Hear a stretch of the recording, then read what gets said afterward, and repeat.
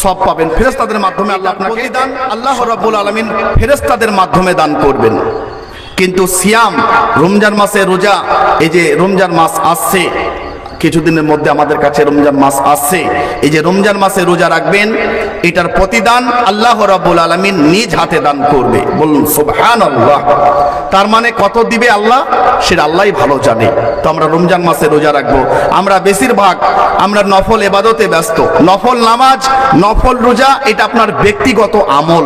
আপনি নফল রোজা রাখলে এটার প্রতিদান আপনি আল্লাহর কাছে পাবেন, না রাখলে কোনো গুনাহ হবে না। কিন্তু কেউ যদি ইচ্ছাকৃত যদি একটা রমজান মাসে রোজা যদি ছেড়ে দিল, ফরজ রোজা যদি ছেড়ে দিল, সারা জীবন রোজা রেখে তার সমতুল্য হবে না। তো আমরা ফরজ নামাজের প্রতি গুরুত্ব, ফরজ রোজার প্রতি গুরুত্ব বেশি দেব। তো দুনিয়ার জীবন ধোঁকা। এবং জান্নাতের মধ্যে একটি জায়গা আছে, রাইহান বলে একটি জায়গা আছে, যারা রমজান মাসে রোজা রেখেছিল তারা ওইখানে প্রবেশ করবে। আল্লাহ কত বড় নিয়ামত দিয়েছে, আরো ফজিলত রয়েছে। তো ওদিকে যাচ্ছি না, সময় কম, কেটে কেটে অল্প সময়ের মধ্যে আমার বক্তব্য শেষ করব। যেহেতু হাবিবুল্লাহ ভাই 9টার মধ্যে এসে যাবে, এমনিতে মাইকে ডিস্টার্ব করছিল, তারপরে 5 মিনিট চলে গেছে। তারপরে যাই হোক, আল্লাহ যেটুকু সুযোগ দিবে সেটুকু বলবো এবং আমল করব। তো দুনিয়া জীবন হচ্ছে ধোঁকা। অনেক মানুষ দেখবেন নামাজ পড়ে, কিন্তু তার স্ত্রী পরপুরুষের সামনে মাথার চুলগুলো পরপুরুষকে দেখায় না, কি বলছেন? অনেক মানুষ নামাজ পড়ে কিন্তু তার স্ত্রী বেপরদায় চলে। মেয়েদের, আমার মা বোনরা, আপনারা পর্দার আড়াল থেকে শুনছেন, আপনাদের কাছে অনুরোধ করে বলছি, একটু মন দিয়ে শুনবেন। আপনাদের জান্নাতে যাওয়া সবচাইতে সহজ। মেয়েরা যদি 5 ওয়াক্ত নামাজ পড়ে, 4টি কাজ যদি মেয়েরা করে, জান্নাতের যে কোনো দরজা দিয়ে তারা জান্নাতের মধ্যে প্রবেশ করবে। 1 নম্বর হচ্ছে 5 ওয়াক্ত সালাত, 2 নম্বর হচ্ছে রমজান মাসে রোজা, 3 নম্বর হচ্ছে স্বামীর খেদমত করবে। অনেক স্ত্রী স্বামী নাশুকরিয়া করে, স্বামী মাস গেলে 10,000 টাকা ইনকাম করে, আর স্ত্রী মনে করে আরো ইনকাম হলে ভালো হতো। স্বামীর সঙ্গে একটু যদি কোনো খারাপ ব্যবহার হয়, স্বামীর সঙ্গে তারা ঝগড়া বিবাদে লিপ্ত হয়ে যায়। আমার মা বোন দিকে বলবো, আপনার স্বামীর যেরকম ইনকাম, সেই ইনকামের প্রতি আপনি সন্তুষ্ট থাকবেন, স্বামীর সঙ্গে কখনো খারাপ ব্যবহার করবেন না। আর স্বামী দিকে বলবো, আপনারা আপনার স্ত্রী দিকে অত্যন্ত ভালোবাসবেন। তো যেটা বলছিলাম, মেয়েদের জান্নাতে যাওয়া সবচাইতে সহজ 4টি কাজ: 5 ওয়াক্ত নামাজ, 30টা রমজানের রোজা, এবং স্বামীর সঙ্গে ভালো আচরণ ব্যবহার, এবং 4 নম্বর হচ্ছে নিজেদের লজ্জাস্থানের হেফাজত করবে। এই 4টি কাজ যদি মেয়েরা করে, জান্নাতে যে কোনো দরজা দিয়ে তারা জান্নাতের মধ্যে প্রবেশ করবে। কিন্তু অধিকাংশ নারী জাহান্নামে যাবে। কেন? অনেক মেয়ে দেখবেন পর্দা করে না, বেপর্দাই পরপুরুষের সামনে মাথার চুলগুলো পরপুরুষকে দেখায়, এবং এর কথা ওয়াকে, ওর কথা ওয়াকে লাগা ভাজা করে। এগুলো করবেন না। এবং আল্লাহ রসুল সাল্লাল্লাহু আলাইহি সাল্লাম স্ত্রীর দিকে অত্যন্ত ভালোবাসতেন। আল্লাহ রসুল সাল্লাল্লাহু আলাইহি সাল্লাম নিজে ঘর পরিষ্কার করতেন, নিজে ঘর ঝাড়ু দিতেন, নিজের কাপড় নিজে কাচতেন। এই যে রমজান মাস আসছে, স্ত্রীরা যদি একটু রান্নাতে যদি একটু লবণ বেশি দিয়ে দেয়, বা একটু লবণ যদি কম দিয়ে দেয়, বলবে তোমার মা তোমাকে জীবনে কোনোদিন রান্না করা শেখালো না, এই যে খোঁটা দিয়ে দিল। এগুলো করবেন না ভাই। আল্লাহ রসুল সাল্লাল্লাহু আলাইহি সাল্লামের সঙ্গে স্ত্রী হযরতে আয়েশা রাদিয়াল্লাহু আনহা, আল্লাহ রসুল সাল্লাল্লাহু আলাইহি সাল্লামের স্ত্রী হযরতে আয়েশা রাদিয়াল্লাহু আনহা বলছে, আমি নবীজি সাল্লাল্লাহু আলাইহি সাল্লামের সঙ্গে দীর্ঘদিন সংসার করেছি, কিন্তু তিনি কোনোদিন খাবারের দোষ ধরতেন না। স্ত্রীর দিকে অত্যন্ত ভালোবাসতেন, মহব্বত করতেন। যেটা মন চাইতো খেত, যেটা মন চাইতো না খেত না। কিন্তু বলতো না যে আজকে রান্নাটা খারাপ হয়েছে, এ কথা বলতেন না। অত্যন্ত ভালোবাসতেন। তাই আপনার স্ত্রী যদি অসুস্থ পড়ে থাকে, প্রয়োজন হলে সায়া ব্লাউজ পর্যন্ত কেচে দিতে হবে। এটা অধিকার। আপনার যেমন হক আছে তারও তেমন হক আছে। তাই আল্লাহ রসুল সাল্লাল্লাহু আলাইহি সাল্লামকে যারা ভালোবাসবেন, তারা স্ত্রীকে ভালোবাসবেন। আল্লাহ রসুল সাল্লাল্লাহু আলাইহি সাল্লাম স্ত্রীর দিকে অত্যন্ত ভালোবাসতেন, মহব্বত করতেন। হাদিস শরীফে আছে, স্বামীরা যখন কেরালা, বোম্বাই, দিল্লি, সৌদি থেকে যখন বাড়ি ফিরবে, মেয়েরা তাদের মুখটাকে একটু পরিষ্কার করে রাখবে। স্বামী এসে বলবে আসসালামু আলাইকুম, তুমি বলবে ওয়ালাইকুম আসসালাম। আহা, জান ভরে গেল। হানুফার মাকে দেখে জান জুড়িয়ে গেল। এরকম হতে হবে। কিন্তু আমাদের মেয়েরা স্বামীর সামনে কি করে জানেন? নাকে পেচুরি, আর মুখে কালি। স্বামী এসে বলছে আসসালামু আলাইকুম, বলে ওয়ালাইকুম আসসালাম। বলে কি হয়েছে? বলে তোমার যেমনি আওয়াজ তেমনি ডিজাইন।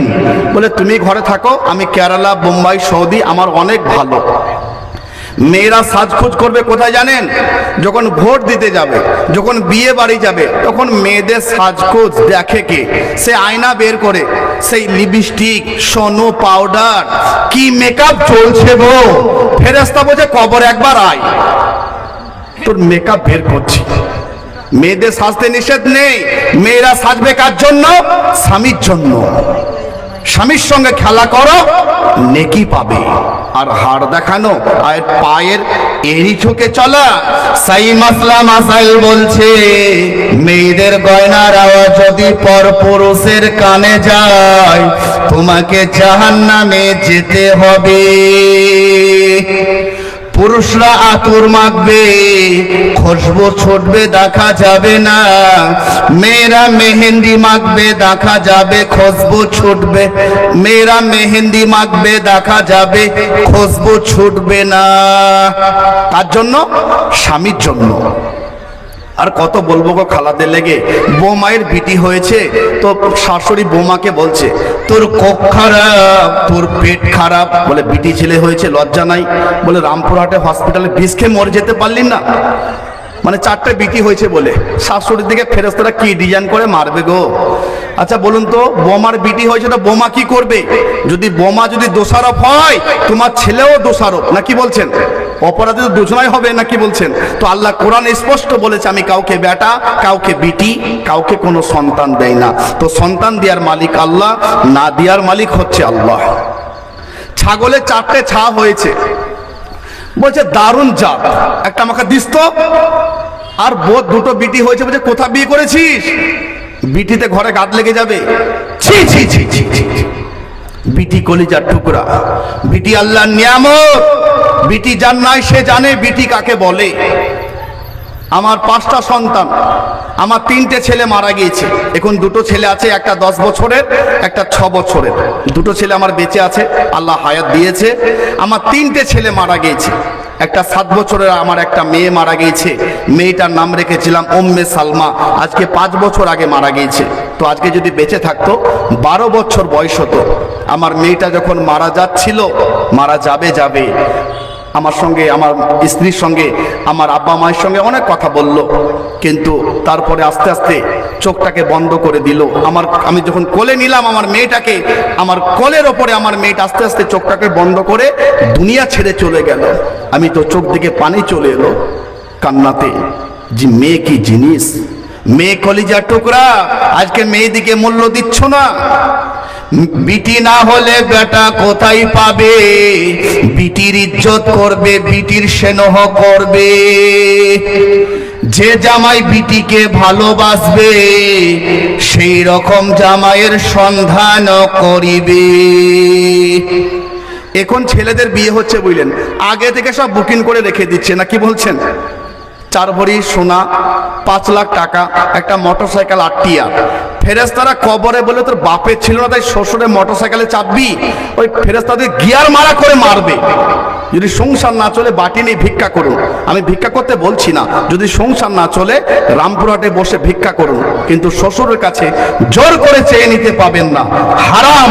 যদি স্বেচ্ছায় দিয়ে দেয় সেটা জায়েজ, কিন্তু জোর করে চেয়ে নিতে পারবেন না। অনেক পরিবারে অনেক মা বাপ মেয়ে জন্ম দিয়েছে বলে অনেক মা বাপ ঘুমাতে পারে না।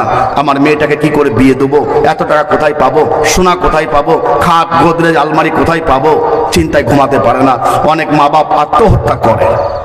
আর আজকে বিয়েতে পণ, আজকে বিয়েতে ডিজে বক্স, গান বাজনা।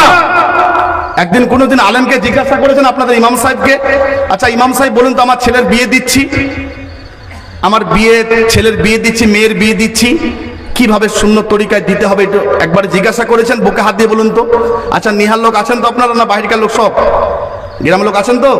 কোনোদিন ইমাম সাহেবকে জিজ্ঞাসা করেছেন যে আমার মেয়ের বিয়ে দেবো, ছেলের বিয়ে দেবো, কি করা দরকার, কি করলে ভালো হবে একটু বলুন? কিন্তু আজকে বিয়েতে বলছে ডিজে বক্স না করলে বিয়ে মানাবে না। আল্লাহ রসুল সাল্লাল্লাহু আলাইহি সাল্লামের আদর্শ আপনি পালন করলেন। আজকে বিয়েতে ক্যাটারিং করতে নিষেধ করছি না, আপনার যদি পরিবারে যদি কেউ না থাকে ক্যাটারিং করুন, কিন্তু ক্যাটারিং করেছেন সেখানে নারী পুরুষ, আপনার স্ত্রী, আপনার মেয়ে, আপনার বোন, আপনার মা পরপুরুষের সঙ্গে একসঙ্গে বসে একই চারে বসে খাচ্ছে আর তারা মজা করছে। ছি! একটা আপনারা মুরব্বী, আপনারা যারা আছেন জানেন। আসসালামু আলাইকুম। যারা বাইরের বা গ্রামের মেহমান আছেন শ্রোতা হিসাবে